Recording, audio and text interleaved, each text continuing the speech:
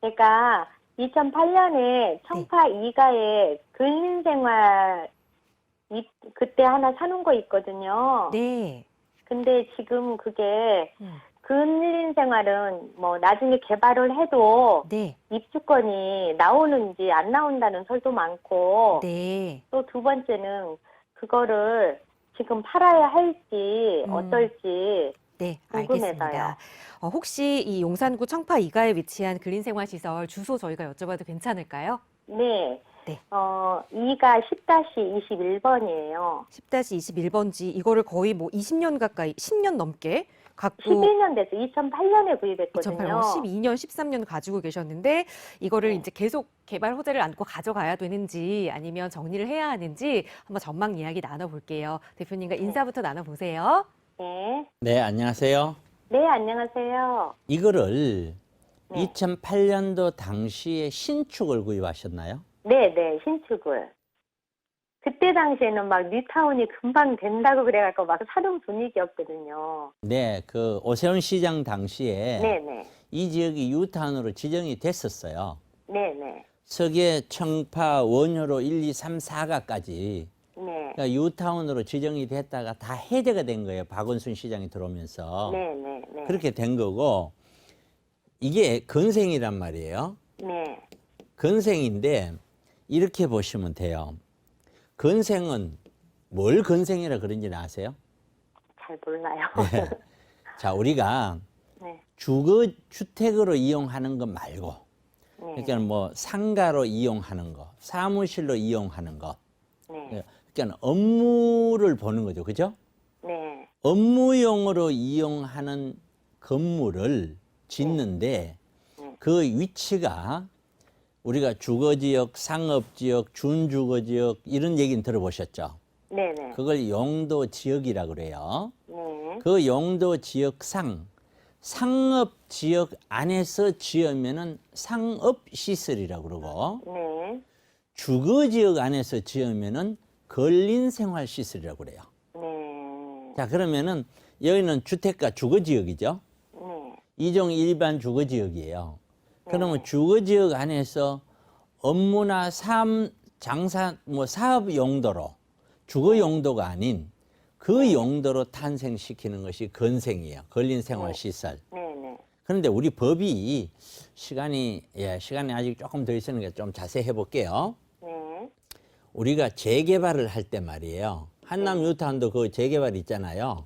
네. 그죠?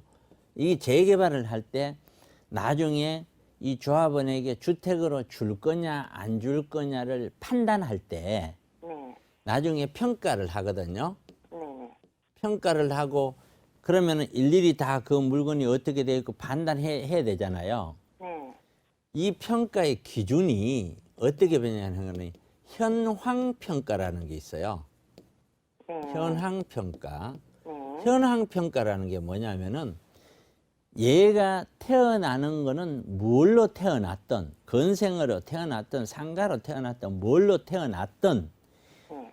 현재 사용하고 있는 현황대로 평가한다 이 뜻이에요. 네. 그러면은 지금은 근린 생활인데 이게 이제 예를 들어서 지금 현재 얘는 주택으로 쓰고 있나요?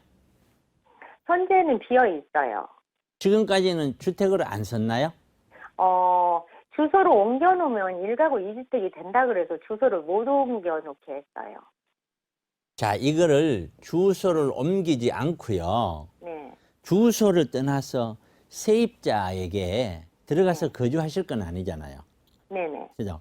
세입자가 거주를 하면은 네. 주거죠, 그죠? 거주를 한다면은 이거는 주택으로 보는 거예요. 아. 이게 현황평가라는 게 그런 거예요. 네. 그런데 여기가 사무실로 사용하고 있으면 주택을 안 보는 거예요. 네. 주소를 이전했고 안 했고를 따지는 게 아니에요. 아, 네. 그거는 옛날에 네네. 동네 중개업을 하시는 분들이 꼼수를 써서 주소를 이전하지 않으면 이거는 사람 거주하는 게 아니지 않느냐. 원래 건생이니까 주택 숫자 안 들어가. 그렇게 월세 받다가 나중에 팔 때 세금을 빼라. 주택 숫자 안 들어간다. 이렇게 꼼수를 썼는 건데 그거 다 불법이에요. 아. 주택으로 서고 있으면 무조건 주택이에요. 네. 양도소득세를 계산할 때 뭐 1가구 2주택, 3주택 이런 거를 양도소득세 계산하면 중과세가 되고 이렇게 되잖아요. 예, 예. 양도소득세 계산할 때도 얘가 주택으로 쓰고 있으면 주택으로 봐요. 그러면 지금 한 가지 질문 드릴게요. 아니, 제가 그럼 마저 좀 말씀을 네네네. 드릴게요. 이게 굉장히 복잡한 일이라 자세히 네네. 들어야 돼요. 네네. 주택으로 쓰고 있지 않으면은 양도소득세에는 주택으로 안 봐요. 아. 이거는. 그런데 세입자가 들어와 있으면 주소가 이전하지 않더라도 네. 밤새도록 냉장고 돌아가죠. 네네. 밤새도록 기본적인 수도 수시로 쓰지요. 네. 자, 그거 국세청 이거 봐보겠습니까? 그거 모르겠어요. 그렇죠? 아, 네. 그렇게 이해를 하시면 되고, 그래서 A라는 지역이 재개발이 되었어. 여기가 네. 재개발 구역으로 묶였단 말이에요. 네. 묶여서 개발을 하게 되면 이것이 주택으로 현재 사용하고 있다면 네. 불법이지만 얘는 주택을 받을 수가 있어요. 아, 네. 이해 가시죠? 네네네. 근데 주택으로 쓰고 있지 않으면은 그거는 상가로 받거나 규모가 작으면은 상가 숫자가 별로 안 지으니까 못 받겠죠. 네네. 상가로 받는 거는 상가로 돼 있는 걸 평가를 해서 주택이 아닌 상품이 평가해서 평가 금액이 큰 사람 순서대로 상가를 줘요. 네. 그러니까 보통 상가가 뭐 수천 세대 상가 짓는 건 아니잖아요. 네. 몇십 개 짓잖아요. 네. 그럼 거기에서 제일 평가가 높은 사람이 와서 찍어 그러면 제일 좋은 거 찍는 거예요. 네. 그런 식으로 배정을 해요. 네. 자, 그런데 자, 그러다 보니 2000년대, 2002년도, 2003년도, 2002년도에 서울시의 시범 뉴타운이 이제 탄생됐어요. 기름 뉴타운, 은평 뉴타운. 그리고 2003년도, 2005년도에 걸쳐서 서울시 내 뉴타운이 총 35개가 탄생이 돼요. 네네. 그런데 2003년도 11월 18일 같은 경우에는 용산에 있는 한남 뉴타운이 탄생이 됐고요.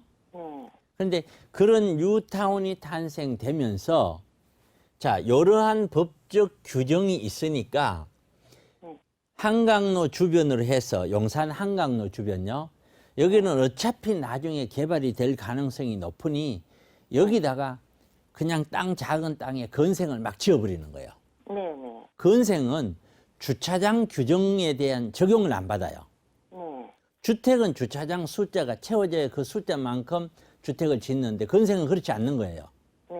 그러니까 건생을 막 지어가지고 안에 내부는 주택으로 변경을 시켜서 분양을 해버리는 거예요. 네. 그러면 그걸 사는 사람도 요거 갖고 있으면은 주택을 받을 수 있다. 불법이지만 네. 투자할 수 있다. 그래서 사고 파는 사람도 사는 사람이 많으니까 쉽게 팔죠.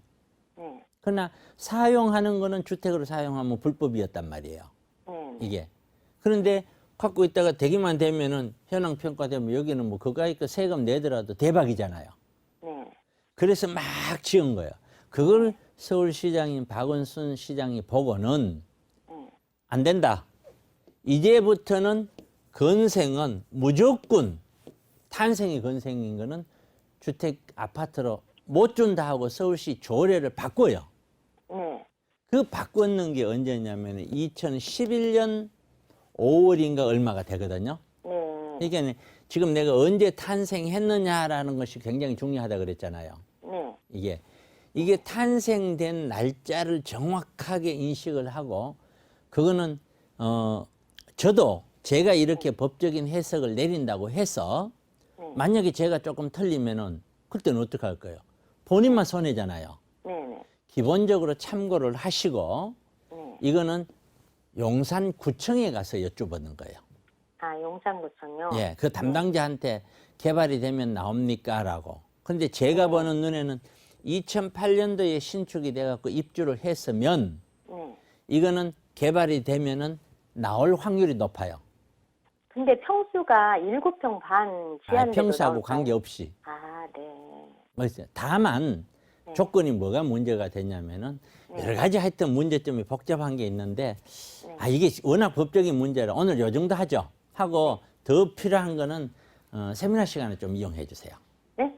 세미나 좀 접수를 하셔서 아, 네. 세미나 오셔서 좀 여쭤주세요. 이건 한 3, 40분 얘기해야 돼요. 아, 예. 예, 그렇게 할게요. 네, 감사합니다. 네.